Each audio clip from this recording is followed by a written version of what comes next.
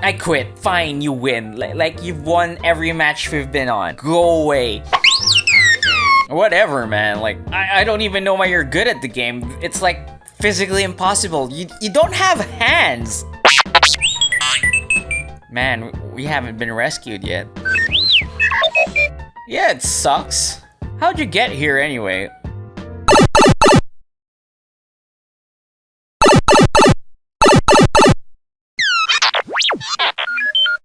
It's nothing, bro. Don't think about it. Oh, we just stayed on that planet and you just beat my ass in Blaze Blue. It's nothing, bro. Behold! Rise of Skywalker was a film that needed to be good. It was the last film of this Disney trilogy. And I think it's far from good. I don't think it's bad. It's Terribad. It needed to be a film that satisfied the people that like the abomination that was The Last Jedi and bring back the old fans that were actually displeased with that movie. Strange game. The only winning move is not to play. So you've got this abomination of a movie. The fans of The Last Jedi didn't like it, and the fans of OG Star Wars don't like it either. Despite this being the weirdest alliance ever to be recorded in human history, somehow, the score of this movie remains at 86%. What is amazing about this is that it remained at this percentage since December. I would understand if, like, it settled at 86% after 98,000 people reviewed it. But this is not the case for Star Wars. Ever since release date, it stayed at 86%. It did not even fluctuate. Let me show you.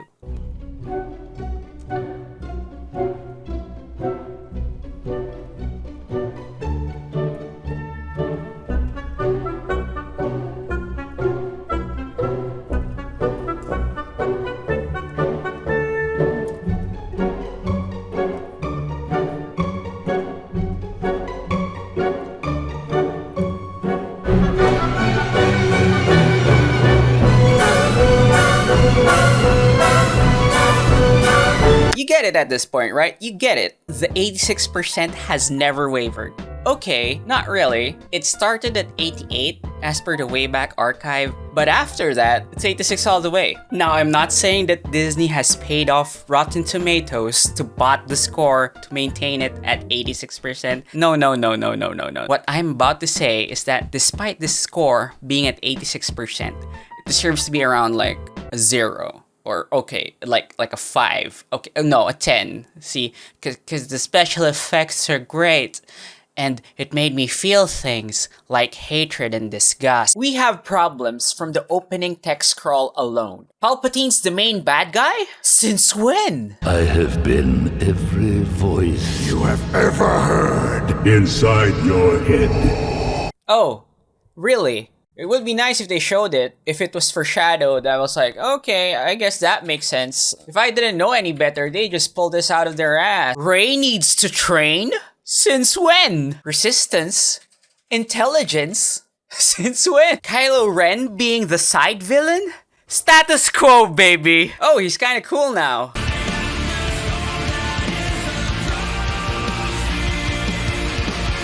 A bit too late to do that, Disney. A little bit too late. So Kylo is on his way to find Palpatine because of this Wayfinder, which is the most useless thing in this movie when you think about it. So he finds Palpatine, every voice inside your head, and then Palpatine offers him all this power. Kill the girl.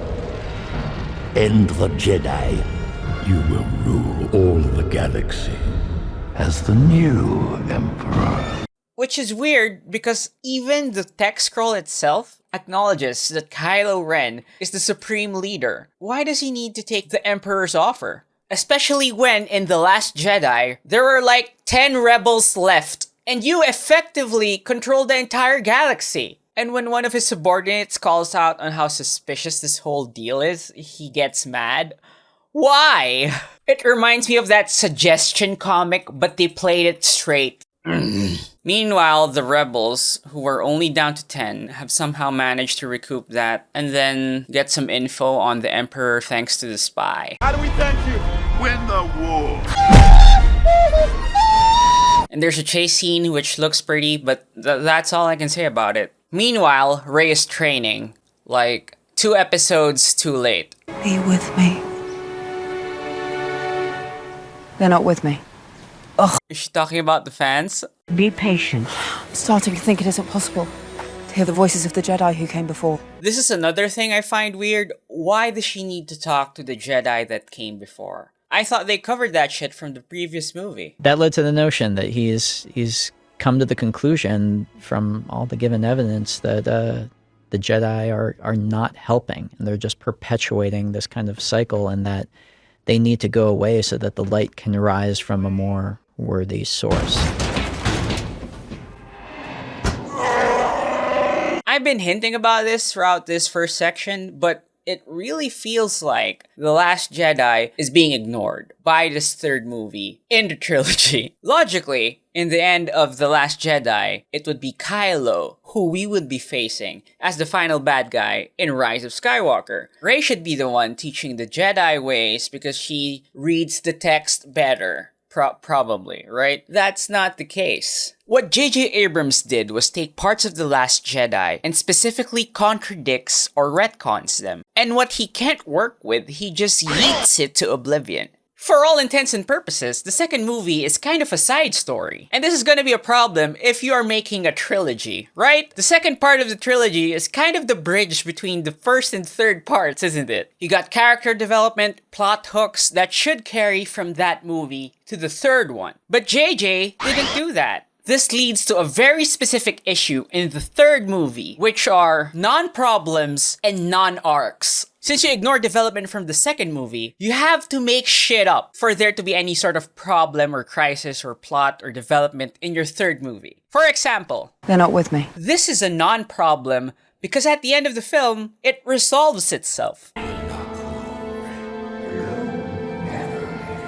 Every Jedi who ever lived lives in you. Instead of having the story build that up, that Rey gradually has a connection with the Jedi from the past, we don't get any of that. It just sort of happens and it resolves itself. 1,000 generations live in you now. That just happens without Rey needing to do anything. From the start of the movie until this part, she hasn't even bothered trying to communicate with the past Jedi. That's it. The setup and payoff for all of this is fucking nothing. Same with the non-arc. I will earn your brother's saber. One day. The thing is, right, I don't think there is such a strong mentor relationship between Luke and Rey. There isn't. Well, you're assuming that I train Rey. Exactly. Sneaky. Do I? In fact, it would make more sense if Rey just treats it as a weapon, a very good weapon that she could use. This need to feel that she earned the lightsaber comes from nowhere and isn't set up from the previous movie, or hell, even this movie. Let's buy the idea that there is such a fictional relationship between Rey and Luke. Not more than 10 minutes later, we get this scene.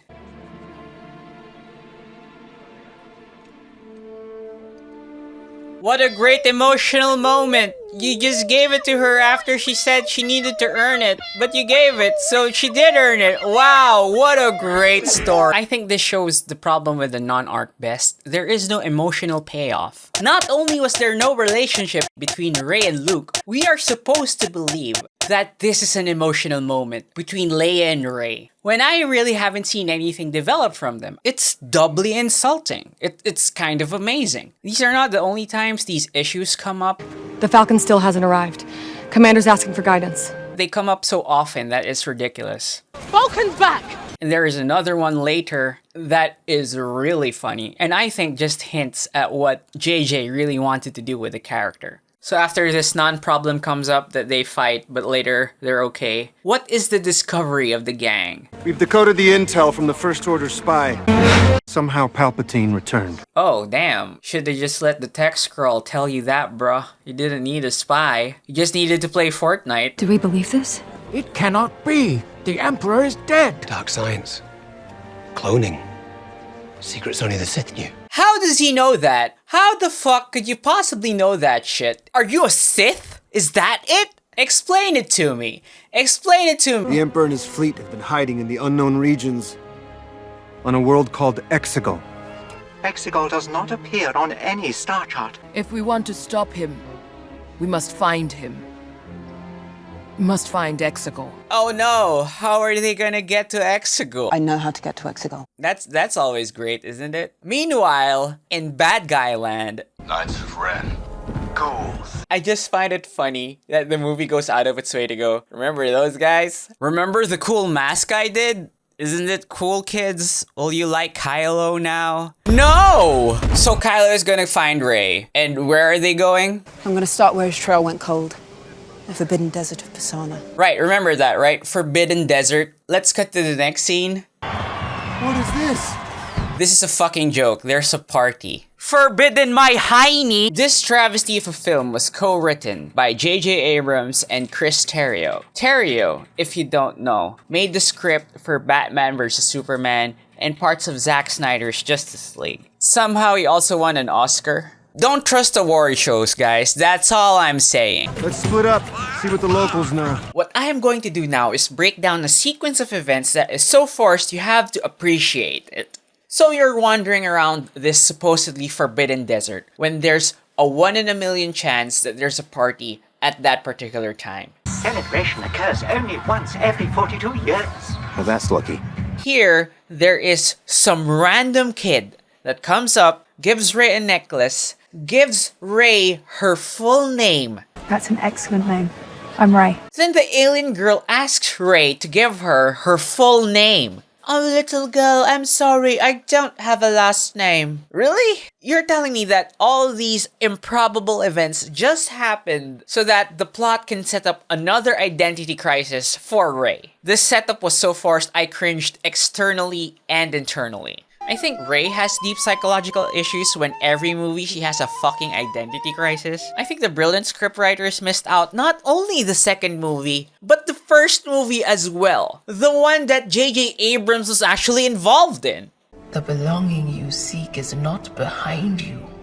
It is ahead. He forgot. He forgot. Palpatine wants you dead. So Kylo Zoom calls Rey. Kylo can't see the background so that he can't figure out where Rey is. So, how does he find her? Kylo gets the info by grabbing the necklace that the little girl gave Rey, and an analysis of it confirms the location. What if the kid was just visiting from another planet? Since this is a fucking unique party that happens every so often, whatever, and then she brought along that necklace. Then that necklace actually belongs to some other planet where Kylo and his knights go, and that would be fucking dumb, wouldn't it? This tangent is not for nothing, guys. I am pointing this out because the clues to obtain the information that Kylo needs is dumb. The scan from a necklace provides as much information as describing the background of a desert planet. 0. And the funny thing is, the movie itself already had an elegant solution to the problem that they planted. There's always random first order patrols in crowds like these. And then guess what happens after Rey freaks out? They bump into a stormtrooper, who then calls the base, who then calls Kylo. If Rey was just gonna bump into the stormtrooper, just have the stormtrooper call in the base, and that's how Kylo figures out where Rey is. I still think the solution is bad because the stormtroopers need to be there because there's a party in the Forbidden Desert. But it's way better than having the convoluted setup of having a party so that there are alien kids, so that a little alien girl can give a necklace to Rey, who then has a Skype call with Kylo, who grabs the necklace and then discerns the information by scanning it. And it doesn't matter anyway because a stormtrooper bumps into them after the Skype call. Okay, it's so ridiculous. Guess who saves the day? This would have been a good setup for a grand adventure where they find clues about Exegol through a dungeon run or some leads through an investigation. I wouldn't call some kids crashing some random party, then have someone bail them out a grand adventure. Mighty convenient that Lando just knows where the next quest marker is. He was carrying a clue that could lead to a wayfinder. When we got to his ship, it was abandoned. No clue, no wayfinder. Is Ochi's ship still here? It's out in the desert where he left it. Suddenly, morals. How do you know how to do that? This is pretty rich coming from this guy. Mr. I killed my fellow stormtroopers who were just as brainwashed as I was. He forgot. They fly now! So they have a chase scene which has zero excitement since I can't even pretend that they're in trouble. Despite them competently killing everyone that came across them, a random stormtrooper somehow survives, then they die. The stormtrooper, I mean, not them. Of course they're not gonna die. This is what bugs me. Apparently there was no clue, but they didn't notice the black sand that was near the ship, the one that's discolored, and where our protagonists conveniently fall into. Nobody noticed that among their group? Even Luke, who has the Force apparently? Luke sensed it. Ochi never left this place. Yeah, Luke sensed that Ochi's there, but his Force sense isn't good enough to figure out that underneath the weird colored sand that's near Ochi's ship, there's the dagger. But Rey, who just happens to fall into the cave and they didn't even try to find it, manages to figure out that this dagger is important. Okay. The location of the Wayfinder has been inscribed upon this dagger. Unfortunately, it is written in the runic language of the Sith. My programming forbids me from translating it. Then don't translate it. There are ways around this, you know? You could finesse this. You could point the location of the Wayfinder on the star map, or just plug his brain into some sort of ship, and that will navigate the direction to the Wayfinder, right? Like in some movie. But no, they gotta do this side quest so that they can unlock the next level. So this bitch shows up, and their reaction is not to run away or kill it. No, Rey can somehow force heal. I mean, it's not like she's special or anything. No, just let her heal on top of that shit. So I think we have the third dumbest sequence in the movie. They have secured the artifact. They find a ship to escape, since they deduced that the Empire has captured the Falcon. What does Rey decide to do? Confront Kylo! But why? I seem to recall that she wasn't so keen on meeting up with him. We have to go. Back to the Falcon, now. Why? It's Ren. What purpose would it have to the story at this point to meet Kylo? Fighting Kylo at this time is a waste since there's a deadline. In 16 hours, attacks on all free worlds begin. They just have to go to the next quest marker. They should just leave. Did Rey want to kill Kylo? I mean, it seems like it. Goddamn. She was all, "You regret killing your dad, you crazy boy. You're actually a goody-good." That was their interaction. She doesn't want to fight him. There's such a disconnect. What does she really want to do? I don't think Rey really has a goal here. I think the brilliant scriptwriters needed a story problem so that the heroes can make a detour to find out some other plot shit. But instead of doing that in a way that makes any sort of sense, they make the protagonists look dumb as fuck. Since Rey decided, for no good reason, to just fight Kylo, eventually we have a series of events where these two tell Chewie to get Rey. Chewie, who has the mystical dagger that Rey had all the tingles for. No one told him to leave the dagger on the ship? Really? Dum. They got Chewie, bae! Rey tries to use Force Pull. Kylo is alive. Oh no, it's a Force tug-of-war. Then somehow, lightning.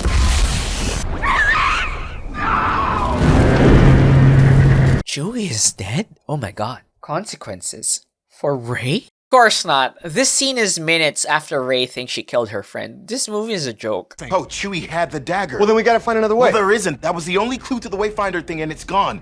The droid doesn't want to translate it. We've established that. So now we have to go to Bad Guy Planet, where a girl has a grudge on Poe, but she thinks Rey is okay. So everything is resolved, and they meet the black market thingy. Hi, Bubble Freak. Yes, thank you, Frick. C-3PO gets mind wiped, but not before telling the coordinates and whatever this scene was. What are you doing there, 3PO? Taking one last look, sir, at my friends. What bullshit is this? They've never respected C-3PO throughout this entire movie. I can believe that C-3PO considers R2-D2 as his best friend because of past history, but these guys?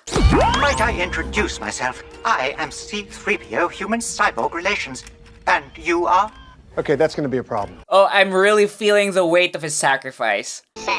By the way, later in the movie, his memories are returned, so what was the point of all of this? Chewie? What about him? He's on Ren's ship. He's alive. So they got aboard the ship, and to bypass the security mechanism, the ex-friend just gives Poe the security pass they need. Zori, I don't think I can take this. I don't care what you think. Yeah, it's weird, right? This really has no emotional impact. If what's-her-name is gonna give up the artifact thing that they need to enter the ship so easily, why have this fight between Poe and her in the first place? You know, I'm still digging out of the hole you put me in when you left to join the Resistance. If you're gonna set up a problem, and then wanna come with me? Just solve it so easily, don't set up a problem at all. What was the point in all of this? It's so fake. So the non-problem solves itself and they infiltrate the ship. Rey's Force sense tingles, so the gang splits up. Poe and Finn find Chewie. Then Rey and Kylo have a Skype fight. Your parents were no one. They chose to be. To keep you safe. Don't! You remember more than you say. I've been in your head. I don't want this! Search your memories. This is an awkward time to exposit, right? The girl doesn't want anything to do with you, bro. It's time to stop, okay? You know why the Emperor's always wanted you dead. What you talking about, Kylo? This is the first time that the Emperor is apparently behind the scenes of this whole fucking trilogy. What are you on about, my guy? They sold you to protect you. Excuse me? They sold you to protect you. Say that again. They sold you. Don't sell your daughter! Be brave, daughter. We'll just leave you here while we get some money out of this transaction. Surely there was another way. Surely. Couldn't they just hire a bodyguard to guard her forever? Couldn't the writers have just said that the parents didn't sell her at all? Instead of having this awkward line that has so many unfortunate implications. Oh, this is another funny thing? She was in my quarters. Locked down the ship. Rey can detect where Chewie is, okay? But it takes for Kylo and Rey to have the duel between them. For him to go, oh, that's where you are. Wherever you are hard to find. You would think by this time he would have learned his lesson from the previous movie where he got tricked. Hell, even before that, when he thought he killed Luke Skywalker and it turns out the fucker is still alive. Upgrade your stats, bro! What were you gonna tell Rey before? You still on that? Oh, I'm sorry, is this a bad time? Pro tip for aspiring screenwriters out there who want their next Oscar. If your characters are treating their impending death as a joke, I am not going to give a fuck. And of course they're saved. Of course they are. I'm the spy. I knew it! How does he know that? How the fuck could you possibly know that shit? Are you a Sith? Is that it? Explain it to me. Explain it to me. So they all managed to escape from whatever shit they were in, and it all culminates into this confrontation in a hangar. Oh yeah, by the way, why did Kylo Ren leave the Millennium Falcon alive? Why didn't he just blow that piece of junk out of the sky? Finally, Rey asks the important question. Why did Emperor Palpatine want to yeet me as a child, even though something that integral to my backstory just appeared at the last movie of the trilogy? You don't just have power. You have his power. You are a Palpatine. I think it's fair for a plot reveal to have some questions attached to it. A question that should not be included is, where did this come from? An epic story reveal like this requires a setup. Nothing in the movies before the rise of Skywalker would suggest that Palpatine is involved at all. Nothing beats a ground pound. The fairest thing I could say about this is that the reveal in Empire kinda comes from nowhere if you weren't paying attention. There's that one good scene in Dagobah. Your weapons. You will not need them. Look at him strap on those weapons. Oh Lord, have mercy. That scene, that whole sequence actually, shows that Luke is susceptible to the dark side. That's why when he actually strikes Vader down, his face is underneath the helmet. Not only that, it is a direct hint as to the relationship between father and son. There's nothing subtle about anything in Rise of Skywalker. Like, okay, what did Palpatine do before? Lightning. Okay, let's have Rey do that. That must mean she's a Palpatine.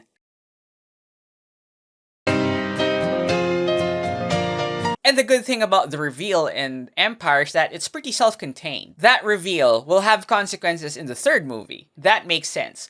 What Terrio and Abrams tried to do is they are retconning all the movies in the sequel trilogy, saying that Palpatine was behind everything. You should have known that, dummy. You should have seen the sign! Another weakness on the part of Rise of Skywalker is that I don't really think Rey will fall to the dark side. Unlike Luke, who's shown to be passionate and emotional when it comes to his friends and family. I can't keep the vision out of my head. They're my friends. I gotta help them. He can get tricked. He's susceptible to falling to the dark side because of that emotion. Rise of Skywalker would like you to think that Rey could actually fall to the dark side by just casually dropping that fact. I had a vision of the throne of the Sith. And who was on it? Ren. And me.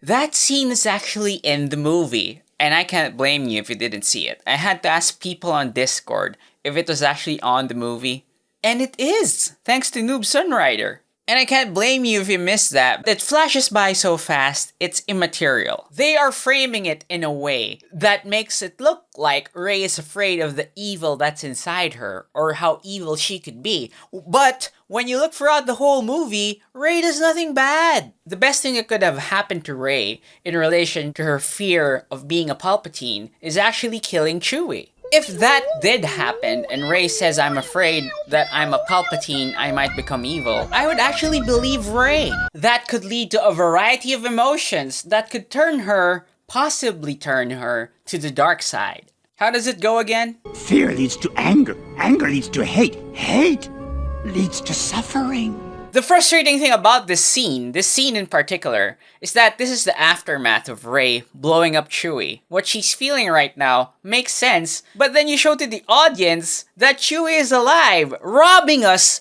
of any emotional feelings or attachments we could have gotten from Rey, since we know that Chewie is alive. This is just a side note now, this has nothing to do with Rey being evil or whatnot, but having mistakes, learning from them, accepting them as part of who we are, and growing from them is, I think, a heroic endeavor. Rey doesn't need to do that. Everything seems to work out for her, so there's no need to grow or introspect or review. Another reason why I think the character is a piece of shit. Speaking of pieces of shit, oh thank God, she's ending her suffering and mine. Oh no. Oh no, no, no, no, no, no, no, no, no. Oh, they did not nail the landing. Oh, say the thing. Another happy landing. So they find the Death Star. It's very big. Poe actually has a very good observation. It's gonna take us years to find what we're looking for. Yeah, how are they gonna find that? So the dagger is the key to all of this. The dagger could work as a beacon that glows when it's near the Wayfinder. That's not what these writers went for. What they chose to do with the dagger was that in the hilt, there was some sort of ruler thing. And in that ruler, somehow you could connect it and figure out where the Death Star is. How the fuck does that work? Let's say I buy this scenario, that is the best way to find this Wayfinder. Knowing where it is from far away doesn't necessarily mean you can find it when you're actually there. The treasure is in the dungeon, but once you're inside the fucking dungeon, the dagger will not help you. The fact that Rey is navigating this huge area once she gets inside the Death Star is just proof of that. It's just lucky that she has the Force to find the Wayfinder. But if she could just use the Force to find the Wayfinder, what's the purpose of the dagger? When C-3PO became a spooky robot and said that the Wayfinder can be located in the ruins of the Death Star, that would have been enough, right? The whole setup in finding the Wayfinder using this knife is so dumb. I remember this clip from the documentary. Even while we were dealing with these big epic things in this movie, we found that the smallest details could sink you, like the way that the blade interacts with the next stage of the journey. Trying to get that right became a real challenge. Wonder why? The funniest thing is, like, the weapon supervisor actually has a good suggestion. So when it was flat, you'd, on the sunlight, you literally see all the way through it. It could just be much more simple. Slab or tablet. As the scrolls, it feels like a physical object. Right. I don't know. If the right idea showed up, it would actually help the story. It's helpful to look at these, but I don't know if any of these are the right idea. So the right solution for J.J. Abrams is, instead of a sensible artifact, he chose the dagger. And I just love the arrow. So you go, that's where it is. Boom, there it is. Oh, I guess so. Time to go that way, guys. That's where the arrow's pointing, right? The dagger is an overcomplicated solution for a simple problem. The film then remembers that there's this character called Finn, and they give him some sort of plot that stormtroopers can reverse their brainwashing. I really think Finn should have been the hero. I think there are videos out there that talk about the topic specifically. It's just a shame. I think a stormtrooper that is rebelling against the Empire to fight to save his fellow stormtroopers with Jedi powers, I think that would be interesting instead of... I'm Rey. We have to get to that wreck. There's something inside there we need. I can take you there by water. You seen the water? Not now. Too dangerous. That's not gonna stop Rey. Why does Rey even have these people around her again? It's not even a proper RPG party where everyone has some sort of role or class to fill. No. Everything is Rey. She discovers the Wayfinder. Spooky Rey is there. Ooh, you a Palpatine. Ooh, you're gonna be bad. Of course, Kylo finds Rey. The only way you're getting to Exegol is with me. No ulterior motives, Rey. I just want to safely escort you to Exegol. Okay, maybe one selfie? No! Then they fight, and the shocking thing about it is that Kylo is actually winning. Somehow Finn and what's-her-name managed to land on the Death Star. I can take you there by water. Not now. Too dangerous. If she could just get there even though there's a storming sea, and Rey could do that also, why go through all this trouble of a pretend obstacle? So fucking non-conflict bullshit. I am sure some highly competent YouTuber has analyzed this actual fight scene. It was garbage, okay? I would just like to add that for the coup de grace, Kylo stops because of Leia. I guess you could say that some groundwork was laid for it, but it's really flimsy. So when the lightsaber is falling down from Kylo's hands because he hesitated, Rey uses this moment to stab Kylo with it. Just gotta ask, why though? She was holding the blue lightsaber. Why use Kylo's saber? Hell, if you were just gonna stab him, just stab him here. Why wait for that moment? Also, if you were just gonna heal him after stabbing him, why stab him in the first place? I'm sure you know other ways of subduing people. Another thing, it seems like the both of you were affected by Leia's death. Wouldn't that be enough to cause a ceasefire? But I guess you gotta force heal, so there's this possible way for something to happen in the ending. I did want to take your hand. Ben's hand. Okay, whatever. Rey leaves. Kylo just stands there, and this is the second dumbest moment in this whole movie. Hey, kid.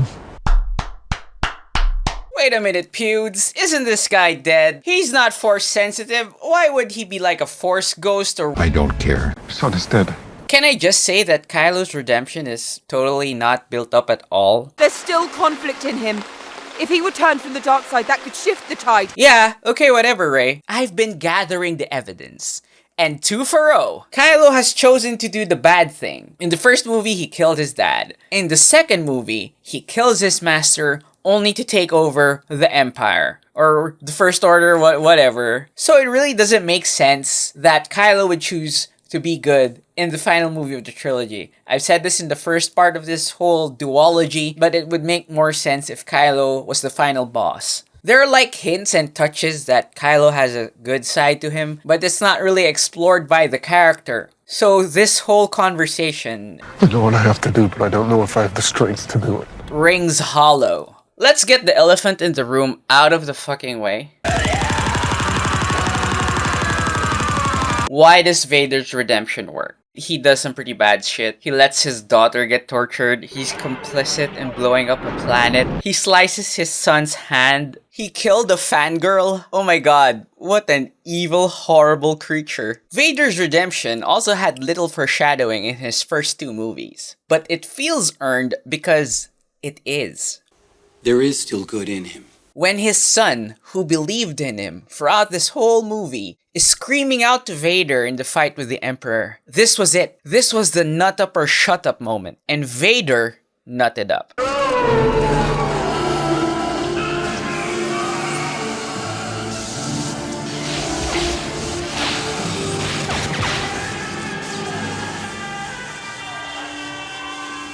He pays for that redemption with his life. And while Kylo does die saving Rey in the new trilogy, oh, spoilers, Kylo dies, that's not the part where he's redeemed. That came in the destroyed Death Star in the middle of nowhere with the hallucination of his father.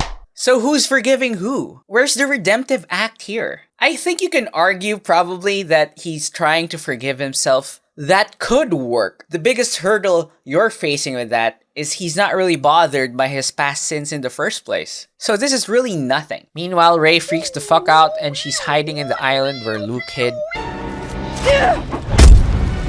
Oh, it's like that scene from The Last Jedi when Luke threw his saber, but now he caught it. It's like poetry. A Jedi's weapon deserves more respect. Fuck you, Rian Johnson. I saw myself on the Dark Throne. I'm never leaving this place. I'm doing what you did.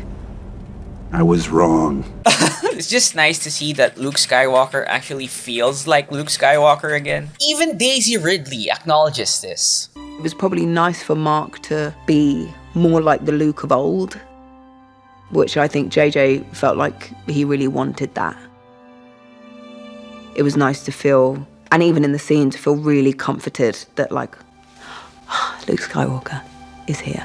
But my emotions are being distracted from something lore-breaking, which Shad pointed out in his review of Rise of Skywalker. How's the movie, Shad? It was garbage. If this Force Ghost can actually grab a lightsaber, what's stopping them from just amassing a Force Ghost army and killing the dark side? But when you really think about it, it's some other movie that fucked it up when some sort of Force Ghost just yeets lightning. So what's stopping the Jedi from just appearing and yeeting lightning everywhere? So after Luke invalidates The Last Jedi with one sentence, he drops this bombshell. Because you're a Palpatine.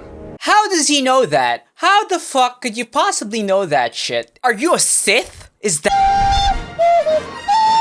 So Luke talks some more and apparently Leia knew also. So let me get this straight. Not only was Palpatine behind everything, from the time Leia hugged Rey as a stranger in the ending of The Force Awakens, to that moment when Luke was afraid, they already knew that she's a Palpatine somehow. Okay, why am I thinking about the errors in this movie or how everything doesn't make sense? I mean, these guys don't give a fuck. So Rey gets Leia's saber so that she could give it to Kylo. That's the only purpose of this scene. It turns out the Wayfinder is still on Kylo's ship and she goes and the rebels can follow her I guess. They got a plan to fight. We need to put some holdo maneuvers. Do some real damage. Come on, that move is 1 in a million. I'm sorry, but J.J. Abrams sniping Rian Johnson's piece of shit movie will never stop being funny. So part of the plan is to call for help because that worked so well in the last movie. Everything is converging on the third bad guy planet, Exago! So part of the plan of the rebels is to destroy this tower so that the fleet can't deploy. Nav can't tell which way's up out there. That's dumb. Did the own movie forget how the ships got here in the first place? Palpatine ascended those things. He didn't need any fucking nav tower to do that. That would imply that the ships are under Palpatine's control. J.J. Abrams even shows the tower here like it's important. But what he forgot is that movies are sequential moving images, generally, unless you're really good or know what you're doing. And what you show before this is Palpatine coming at his power as he lifts the ships up. Showing the tower is useless at this point, bro. It would make more sense if there was like a team inside that said, okay, Palps, you can ascend now. This is... Now there's a tower that requires them to tell which way is up. They can't even get out of the garage. These are the most useless ships ever. Kylo, your subordinate was right, you dumbass. Funny thing is, right, at this point in the movie, Kylo has no ship, no wayfinder. No problem, bruh. Speaking of things that hurt, this whole assault on the signal tower hurts my brain. The Final Order sees that all the rebels are converging on the signal tower. So, they read that shit and changed the signal transmitter to Pride's ship. That makes sense. What doesn't make sense is that once the rebels are attacking Pride's ship, they don't even try to change the signal tower. It's right there, I can see it. Just change the signal tower again to any other ship. Are you telling me that out of all the ships here, only Pride's ship has a backup signal tower? How dumb is that? Or, here's another suggestion that might have slipped your minds. They didn't actually destroy the tower that they were gonna destroy. Just send the signal back there. It's like what Sun Tzu said, right? Split their forces. All war is based. What's not based is Finn's idea for the ground team. They thought it was cool, but in execution, it just really looks dumb. Also, did Finn know that they have some sort of disabler on mechanical shit? That's why he chose the space horses? I mean, I'd ask how he would know that, how he would possibly know that, but I don't really give a shit at this point. Reset the navigation signal. Minutes away, sir. Too late, buddy! So this is the dumbest moment in the movie. I never wanted you dead. I wanted you here. He doesn't want to kill her, despite saying this to Kylo. Kill the girl. The Jedi apprentice still lives. Perhaps you have betrayed me. Despite Palpatine also sending an assassin to find Rey. What was the assassin gonna do, huh? Tell her the secret spot where to place the dagger in the ocean? Ow. She isn't on Jakku, she's gone. He just trusts her? He doesn't even verify that info? What about the little girl screaming at you when you were leaving that planet? Oh, that's not weird at all, right? Just to recap, Ochi was dumb enough to trust the parents that are protecting their little child to the extent that they fled Palpatine so that he was sent in the first place. And the parents were also dumb enough to sell her in the middle of nowhere instead of just hiring some sort of bodyguard or something else other than selling their daughter. Yes, they deserve to die, and I hope they burn in hell! Kill me, and my spirit will pass into you. Palpatine, don't tell her that part of your plan is getting killed by her. That would be very dumb. Hell, this whole plan is dumb. Everything you've orchestrated is to get Rey to that point. But you didn't really need to hide in Exegol. What you could have done is when Kylo Ren was confronting you, just let him kill you. The dark side of the Force is a pathway to many abilities. Then possess his body like some sort of meat puppet. Then take all your forces out from Exegol to force a confrontation with the Resistance. Then the Emperor controlling Kylo Ren can get killed by Rey. And then he can possess Rey after that.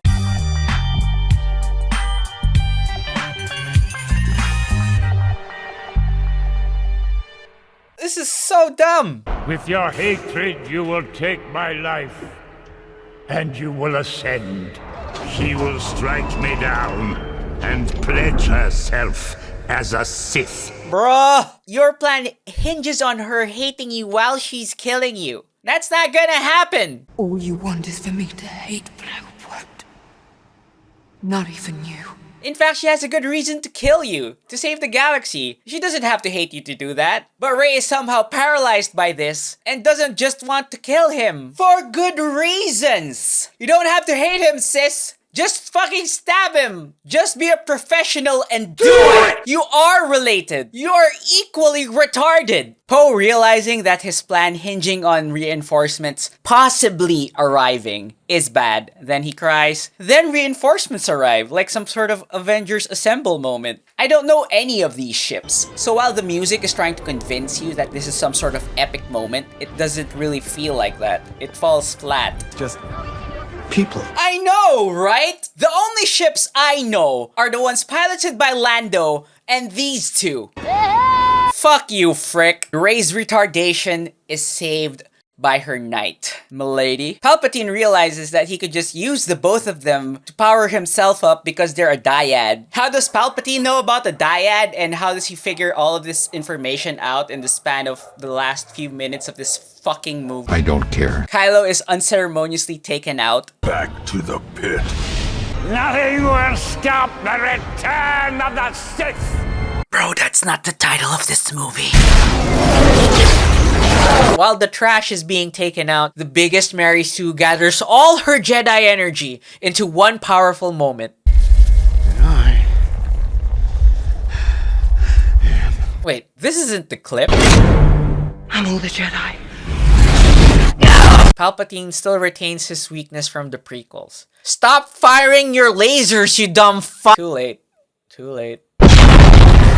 Oh, I guess the feedback has left her with a massive deformity of death. Look who survived, everybody. Kylo Ren can heal. It's one thing for Rey to do it. Does the dyad power also give Kylo that shit? It's not explained. And honestly, he can fuck off. Which he does. Kylo's done with living. He manages to kiss his waifu. That's the pinnacle of his life. I mean, I get it. I really do. What I don't get is that Rey doesn't insta-fade into the Force, unlike Kylo, who goes immediately. It's because the film has one final insult for all of us. Rey manages to get to Tatooine and buries the lightsabers in the sand. There's been no one for so long. Another random lady in the middle of the desert asks for Rey's full name.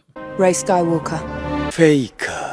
Like I said earlier, Rey and Luke's relationship doesn't really feel that close. The Leia and Rey relationship would work if we saw more of that, but we don't really get to see that relationship building or relationship strengthening in any of these movies. So Rey getting the Skywalker name from either of them doesn't make sense. Even though that's what this movie is implying. They showed up to bless her, apparently. Why not get the name Palpatine? That would be cool, right? Accepting your dark lineage and making it your own, making it a heroic thing.